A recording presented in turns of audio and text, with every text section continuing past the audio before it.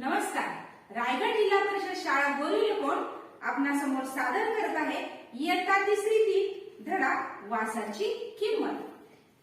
नमस्कार, मी शिवानी कुंदापूर जवळच्या उमराच्या वाडीत राहते.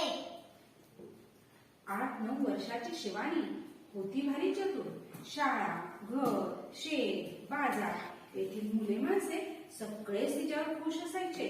रविवारी कुंदापूरचा आठवडी बाजार भरायचा. शेतातील भाजी विकायला शिवानीचे आई बाबा जायचे. सुट्टीमुळे सोबत शिवानीही जायची. मी पण येते भाजी विकायला. शिवानी आई बाबांना हिशोबात मदत करायची आणि अधूनमधून बाजारात चक्कर मारायची. भजी किंवा बेळ खाणे हा तिचा आवडीचा उद्योग. एका रविवारी अशीच फिरत फिरत शिवानी बाजारातल्या मिठाईच्या दुकानापाशी आली. मिठाई पाहत ती अशी सहज उभी होती. हलवाई तिच्याकडे पाहत होता. तो बल्ल्यावरून उठून शिवानीकडे आला. पैसे काय? कसले पैसे? मगापासून माझ्या मिठाईचा वास घेते. त्याचे पैसे? अहो, पण मिठाईचा वास तर येणारच ना, म्हणून काय वासाचे पैसे द्यायचे?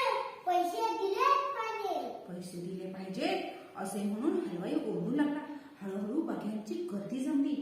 काय माणूस आहे हा, नेहमी असंच काहीतरी विचित्र वागतो. वासाचे पैसे? खुळाच दिसतोय. शिवानीला काहीतरी सुचले. थांबा, मी पैसे घेऊन येते. मी पैसे घेऊन येते असे म्हणून गर्दीतून वाट काढत ती आईकडे निघाली. आई, भाजी विकून आलेल्या चिल्लर पैशांची ठेली दे ग. का ग, काय झालं? कशाला पाहिजे? अगं आई, ती एक गंमत आहे, तू पण चल. चिल्लर पैशांची पैसेशी घेऊन दोघी निघाल्या. मिठाईच्या दुकानापाशी गर्दी तशीच होती. वाट काढत दोघी हलवायापाशी आल्या. हातातली चिल्लरची पिशवी शिवानीने वाजवली. एकदा, दोनदा, तीनदा खुळखुळ खुळखुळ आवाज आला. गर्दीतले लोक शांत होऊन ऐकत होते.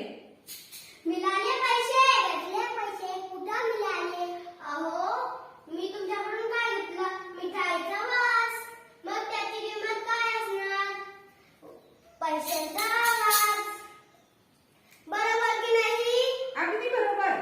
गर्दीतले लोक म्हणाले. आता हलवाईचा चेहरा पाहण्यासारखा झाला होता. शिवानी मात्र ऐटीत घरी निघाली. पैशांची पिशवी घेऊन ती आईसोबत घरी गेली.